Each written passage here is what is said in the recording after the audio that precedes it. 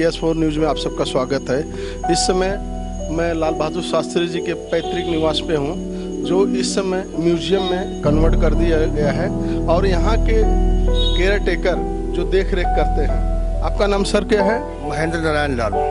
Mahendra Narayan Lal ji. Mahendra Narayan Lal. Sir मैं यहाँ पे ये जो पैतृक निवास के बारे में हमारे दर्शकों को बताइए कि जो यहाँ मतलब जो इनका पैतृक निवास है और उनके कुछ जीवन के बारे में अगर आप जानते हैं तो बताइए प्लीज। ये लाल बहादुर शास्त्री जी का पैतृक निवास है और लाल बहादुर शास्त्री जी के दादाजी यहाँ रहा करते थे और इनके दादाजी की मृत्यु के बाद इनके पिताजी और माताजी शास्त्री जी के पिताजी शारदा प्रसाद श्रीवास्तव और माता राम दुलारी देवी जी दोनों यहाँ रहा करते थे। और इनके पिताजी शारदा प्रसाद श्रीवास्तव इलाहाबाद प्रयागराज में एक सहायक अध्यापक हुआ करते थे स्कूल विद्यालय में, और ये हमेशा शनिवार को यहाँ आते थे, रात रुकते थे और फिर रविवार रुक करके सोमवार को फिर इलाहाबाद प्रयागराज चले जाते थे। और इनके पिता नाना जी का परिवार हमारे मिर्ज़ापुर डिस्ट्रिक्ट में रहा करता था, जिसका गणेशगंज मोहल्ला होता था। और उनके नाना जी भी हमारे दीनदयाल उपाध्याय नगर जो हो गया है मुगलसराय कुकला गांव पड़ता था, उस गांव में ही एक स्कूल हुआ करता था, जॉइंट रेलवे बॉयज स्कूल, जो लाल बहादुर शास्त्री जी के नाना जी वहाँ के प्रिंसिपल हुआ करते थे। और हजारी प्रसाद श्रीवास्तव इनके नाना जी का नाम हुआ करता था। और ये भी जब इनके माता जी राम दुलारी देवी जी को यहाँ पर गर्भ हुआ तो इनके पिताजी ने ये नाना जी के यहाँ मुगलसराय छोड़ दिया, पहुँचा दिया। और उसके बाद 2 अक्टूबर 1904 को लाल बहादुर शास्त्री जी का जन्म हुआ। 1 year half month Shastri ji के पिताजी 1906 में प्लेग की महामारी फैली हुई थी। उस प्लेग की महामारी में इनके पिता शारदा प्रसाद शास्त्री जी की मृत्यु हो जाती है। तब ये लाल बहादुर शास्त्री 1.5 साल की अवस्था ही थी। इनकी माता जी ने वहाँ पढ़ाया, वही जॉइंट रेलवे बॉयज स्कूल में। और 1906 के बाद 1908 में इनके नाना जी का भी स्वर्गवास हो गया। और तो इनके माताजी 1 से 5 तक वहीं पढ़ाया उस स्कूल में। उसके बाद वहाँ से बनारस ले गए। बनारस मतलब हमारे यहाँ मुगल ये आवास पे। और इन्होंने हरिश्चंद्र इंटरमीडिएट कॉलेज बनारस में 6 से 9 की पढ़ाई करवाई थी। और फिर उसके बाद मिर्ज़ापुर डिस्ट्रिक्ट तिलक इंटर कॉलेज मिर्ज़ापुर पढ़ा है। 10वीं और 12वीं की क्लास उन्होंने तिलक इंटर कॉलेज मिर्ज़ापुर से किया। उसके बाद जैसा बताया जाता है, किताबों में भी लिखा है कि 17 साल की अवस्था 1921 में लाल बहादुर शास्त्री जी राजनीति में प्रवेश करते हैं।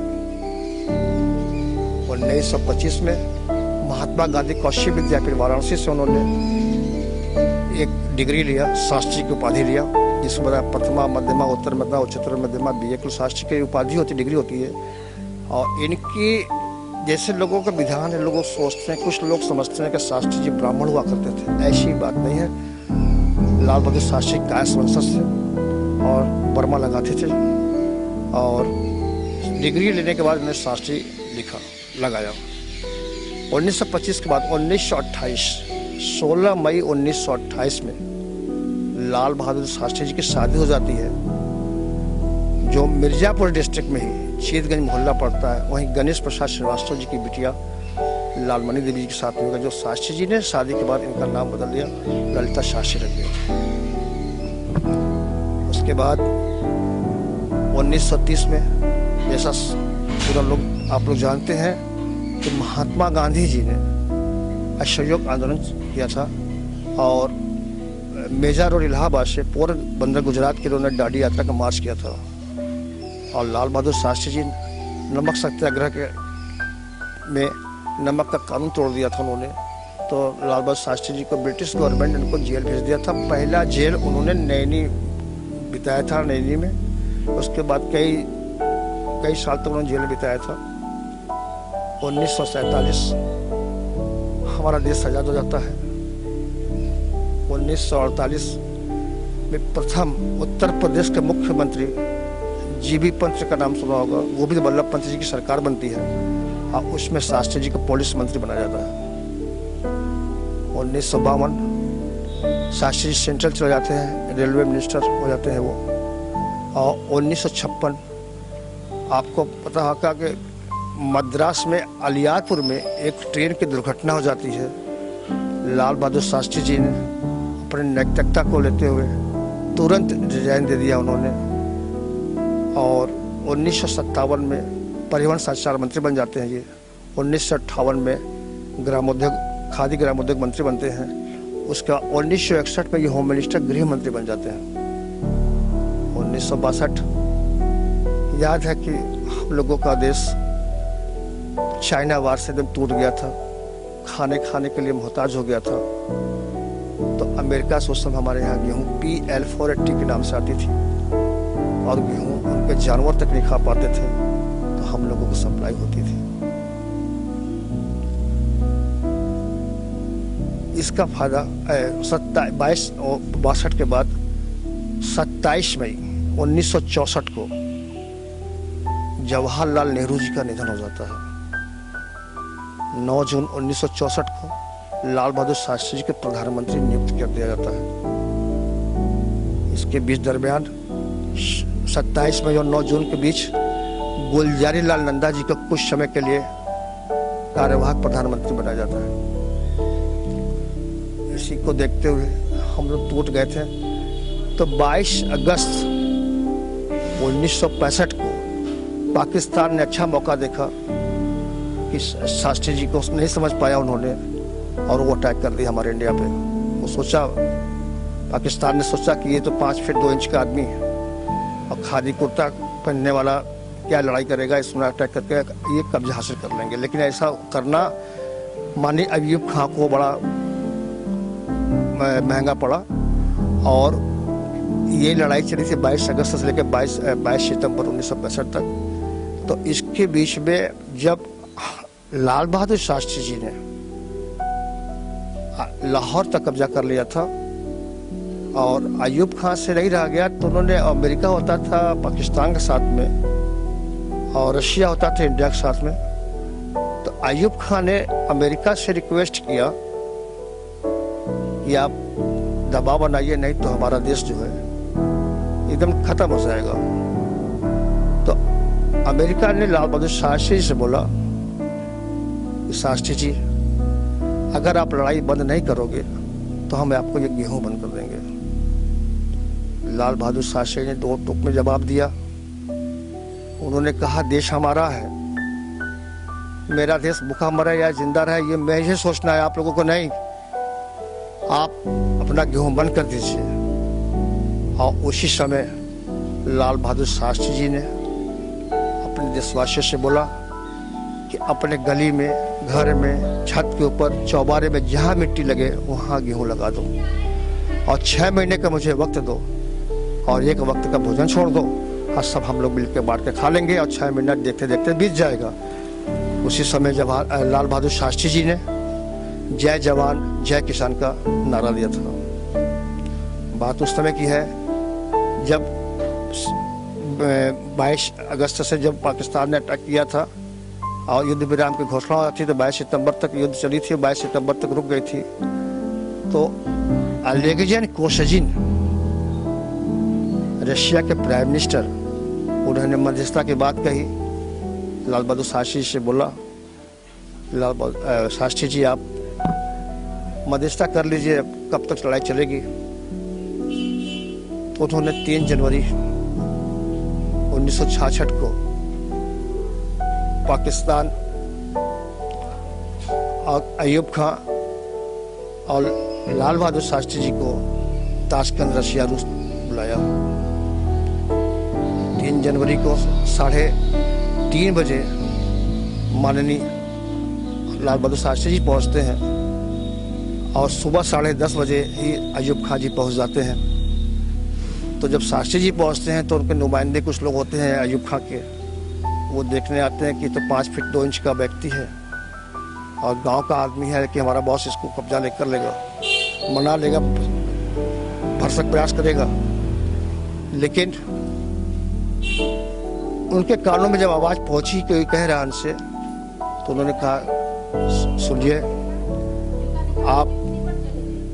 आप अपने अयूब खां से बोल दीजिएगा कि मैं 5 फीट 2 इंच का व्यक्ति हूँ, लेकिन वो 6.5 फीट का आदमी है, लेकिन वो जब भी मुझसे बात करेगा तो सर झुका के बात करेगा, और हम जब बात करेंगे तो सर उठा के बात करेगा। उन्होंने पहले अपनी बातों से स्पष्ट किया उनको। उसके बाद जब वार्ता 4 जनवरी 1966 से शुरू हुई है तो 10 जनवरी 1966 तक लगातार चलती चली गई, लेकिन कोई निर्णय निकल नहीं पाया। 10:30 बजे सुबह, 10 तारीख को 10:30 बजे सुबह उन्होंने दिल्ली अपने यहाँ घर पे फोन किया कि मैं कल गुड न्यूज दूंगा, लेकिन हमारे देश की विडंबना, हमारे देश का शान, रात 10 तारीख के रात 2:10 बजे पे 2:10 पे शास्त्री जी की मौत हो जाती है। इससे देश बहुत गमगीन हो जाता है, दुखी हो जाता है, और मरणोपरांत उनके बड़े बेटे हरिकृष्ण शास्त्री जी को भारत रत्न की उपाधि मिलती है। जय हिंद, जय जवान, जय जवान जय किसान। आप देख रहे हैं कि इस समय हम शास्त्री जी के पैतृक निवास में हैं। ताशकंद में रहस्यमय मौत का आज भी गुत्थी सुलझ नहीं पाई कि ताशकंद में इनकी मृत्यु कैसे हुई, आज भी कोई नहीं जानता है। और उनके शरीर नीला पड़ने की वजह से भी उनका पोस्टमार्टम नहीं किया गया भारत में। क्या कारण था ये तो नहीं पता, लेकिन हमारे देश के ऐसे प्रधानमंत्री, ईमानदार छवि के व्यक्तित्व माने जाने वाले, आज भी लोगों के दिलों में राज करते हैं। आइए आपको दिखाते हैं हमारे देश के द्वितीय प्रधानमंत्री ऐसे थे। देख रहे हैं कि आप जनरल बोगी में सफ़र कर रहे थे, रेलवे मिनिस्टर होने के बावजूद भी।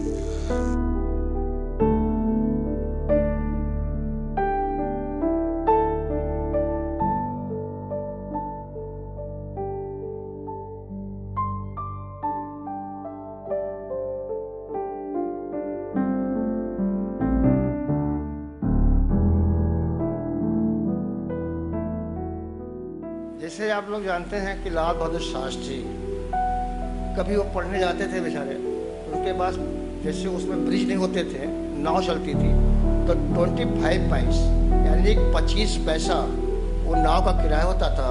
तो शास्त्री जी के पास 25 पैसे भी नहीं हो पाते थे वो नाव का किराया दे सके, और गंगा तैर करके उस पार लंका पड़ता है, लंका के पास 10 किलोमीटर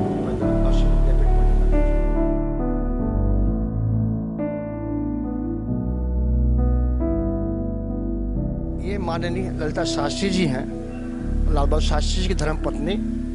इनकी मृत्यु भी, शास्त्री जी की मृत्यु 11 जनवरी 1966 11 जनवरी 1966 को हुई थी, लेकिन शास्त्री जी धर्मपत्नी ललिता शास्त्री जी की मृत्यु 13 अप्रैल 1993 को हुई थी। शास्त्री जी के इस्तेमाल के हैं, और पुस्तकें जो ललिता शास्त्री जी पढ़ती थी वो भक्ति संगीत की पुस्तकें, भक्ति भावना की पुस्तकें हैं।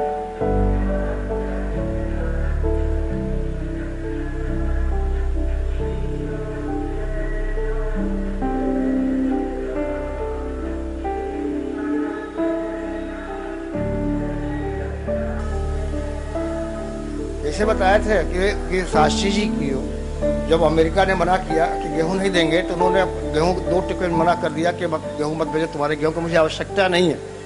तो उन्होंने अपने विश्वासियों से बोला था कि आप लोग एक वक्त का भोजन छोड़ दो और गेहूं उगाओ और 6 महीने का वक्त दे दो। और उसी समय उन्होंने शास्त्री जी ने जय जवान जय किसान का नारा दिया था, जो आप इस चित्र में देख रहे हैं, जय जवान जय किसान।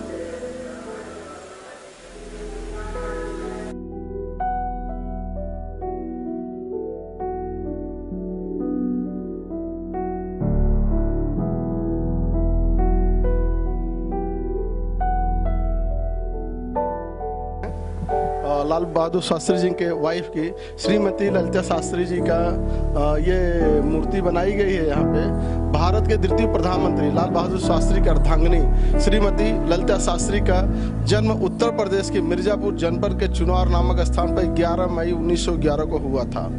रसोई घर है ये लाल बहादुर शास्त्री जी का, जो रसोई घर है। आप रसोई घर देख सकते हैं कि अभी भी उनके पुराने बर्तन जो पहले के लोग यूज करते थे पहले पुराने के ज़माने में, लोग इसी ढंग से खाना बनता था। हम लोगों ने भी अपने बचपन में इस चीज़ को देखा हुआ है। आज के गैस का दौर आ गया, हमारे भी बचपन में ये जो मिट्टी के चूल्हे से खाना पकाया जाता था, हम लोगों की जानकारी में ये तो अभी 20-25 सालों का दौर चला है कि जो गैस सिलेंडर और दुनिया भर का आधुनिकीकरण आ गया। आइए हम आपको ले चलते हैं पैतृक निवास में, जहाँ पे उनका मतलब एक छोटा सा रूम था। उस रूम में शास्त्री जी अपने माता जी के साथ रहा करते थे। वो ये घर है, आइए आपको दिखाते हैं। आप देख सकते हैं बहुत सादगी से, ये तो आज के डेट में मतलब मेंटेन किया हुआ घर है। आज के डेट में इसको मेंटेन किया हुआ है गवर्नमेंट और सरकार ने, नहीं तो इसकी हालत बहुत जर्जर अवस्था में ही लाल बहादुर शास्त्री जी रहते थे। यहाँ तक कि जब वो प्रधानमंत्री बन गए, लोगों ने कहा थे उनका रहने का ऐसा प्रधानमंत्री आज के दौर में बहुत मुश्किल है होना, न हुआ है न होने की उम्मीद किया जा सकता है। इस समय हम लोग बनारस में लाल बहादुर शास्त्री जी के पैतृक निवास में आप देख रहे हैं, प्रधानमंत्री होते हुए भी बहुत सादगी से रहते थे वो। ये उनका बेडरूम था। शादी के बाद ये रूम जो है उनकी माता जी ने उनके लिए बनवाया था, न कि लाल बहादुर शास्त्री जी ने बनवाया था।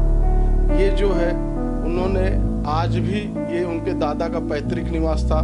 लाल बहादुर शास्त्री जी जीते जी अपनी एक भी रुपए की संपत्ति नहीं बनाए, जो भी था ये पूर्वजों का, उनके दादा का बनाया हुआ है। आइए दिखाते हैं आपको। ये जो आप आइए देखते हैं, ये उनके दादाजी का जो बनाया हुआ घर है, वो ये खपड़ेल आज भी वैसे ही म्यूजियम के रूप में बना के, ये गवर्नमेंट, इंडियन गवर्नमेंट इस समय शायद इसको मेंटेन करती है, इस चीज़ को रखा हुआ है। देश के जब वो प्रधानमंत्री बन गए तो वो लोगों का बोलना था कि अब तो आप अपना घर बना लीजिए। तो प्रधानमंत्री जी का कहना था कि जब तक मेरा घर, जब तक मेरे देशवासियों का घर हर जन का नहीं बन पाएगा, तब तक मैं अपना घर नहीं बनाऊंगा, क्योंकि मैं गरीबी से आया हुआ हूं और गरीबी को जानता हूं, गरीबी क्या होती है, उस गरीबी को मैं देखा हूं। जब तक मेरा भारत का हर नागरिक अपने संपन्न नहीं होगा, तब तक मैं घर नहीं बनाऊंगा। ऐसे थे हमारे देश के यशस्वी प्रधानमंत्री लाल बहादुर शास्त्री जी।